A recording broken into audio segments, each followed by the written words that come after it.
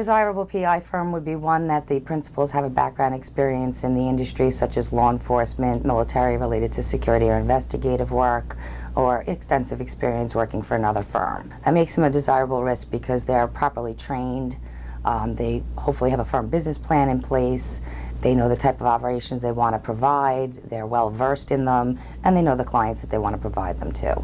Desirable risk is a firm that has proper background experience in the industry, who's providing low-profile operations such as work comp fraud investigations, work for insurance companies, work for the government, fire arson investigations, background screening operations. Higher profile firms are more difficult risks that provide operations that are what we consider something that could result in a claim, such as fugitive recovery, being in close contact with clients, doing domestic work, surveillance, divorce matrimonial, doing firing range training operations, things like that. Some of the new areas that are emerging, as you can imagine, after 9/11 is the counterterrorism experts, security consultants, and in this day and age also cybersecurity experts.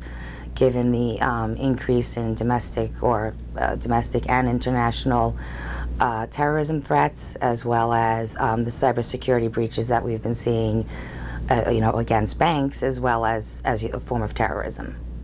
Private investigative security consultant firms, it's a custom designed, tailor-made product for general liability, and of course the important errors and omissions coverage.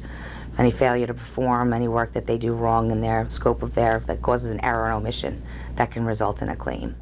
There are many eligible classes such as private investigators, security consultants, accident reconstructionists, expert testimony witnesses, cybersecurity consultants, and counterterrorism experts. The most important coverage for these classes of business would be to have the errors and omissions and general liability to be properly covered to meet their contract requirements, which in this day and age tend to be on the high side.